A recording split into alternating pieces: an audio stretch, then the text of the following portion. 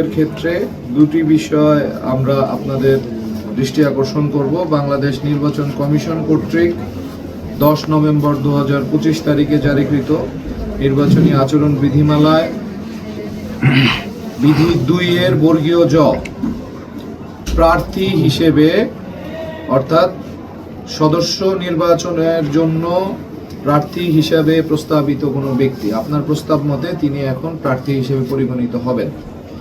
তার জন্য বিধি 3 অনুযায়ী নির্বাচন পূর্ব সময়ে অনুসরণীয় বিধানাবলী।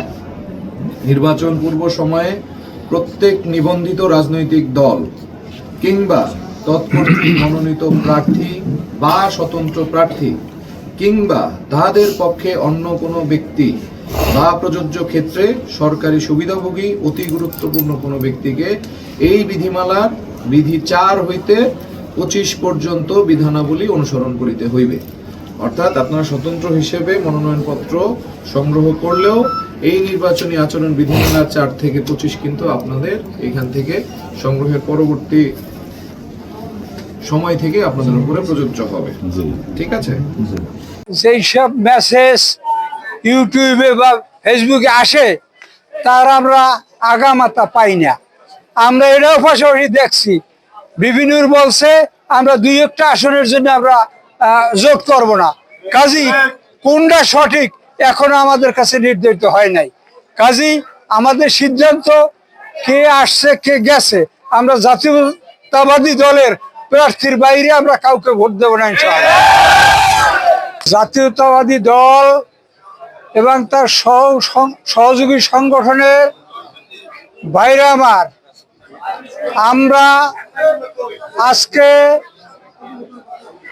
পটুয়াখালী 3 আসনের জননন্দিত নেতা জনাব হাসান মামুনের পক্ষে আমরা ফরম সংগ্রহ করেছি, মনোনয়ন ফরম আমরা সংগ্রহ করেছি। আমরা দৃঢ় প্রতিজ্ঞ আগামী নির্বাচনে আমরা এই আসনে হাসান মামুন ভাইকে নির্বাচিত করে ভারপ্রাপ্ত চেয়ারম্যান জনাব তারেক রহমান সাহেবকে এই আসন দীর্ঘদিন পর হইলে আমরা তাকে উপহার দেব। আমরা বারবার বিএনপি ক্ষমতা আসছে, দুর্ভাগ্য আমাদের যে আমাদের প্রার্থী এখানে বিজয় হয় নাই।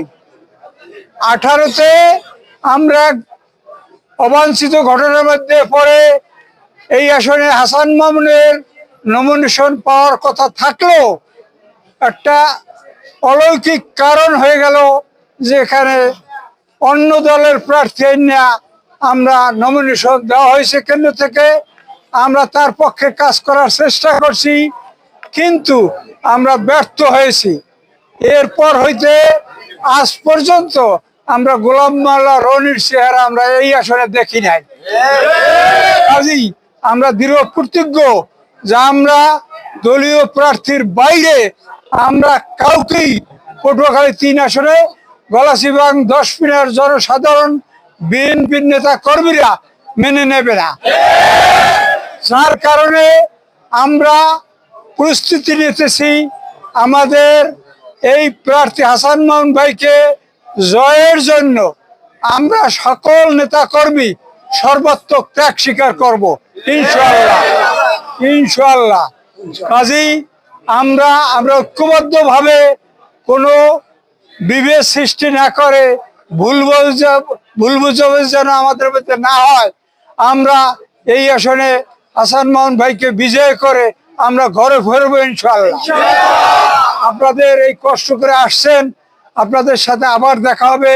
টাকা যখন দাখিল হবে তখন আপনাদের নেতা হাসান মামুন সাহেব আপনাদের সাথে থেকে এই আসনে মনোনয়নপত্র জমা দিবেন। সেই দিন আপনাদেরকে জানাই দেব, আপনারা সেদিন ব্যাপকভাবে উপস্থিত থাকবেন।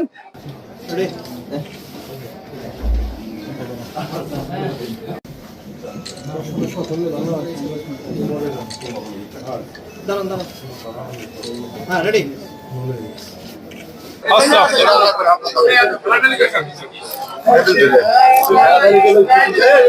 সভাপতি গলাচিপা উপজেলা বিএনপি সিদ্দিক ভাই।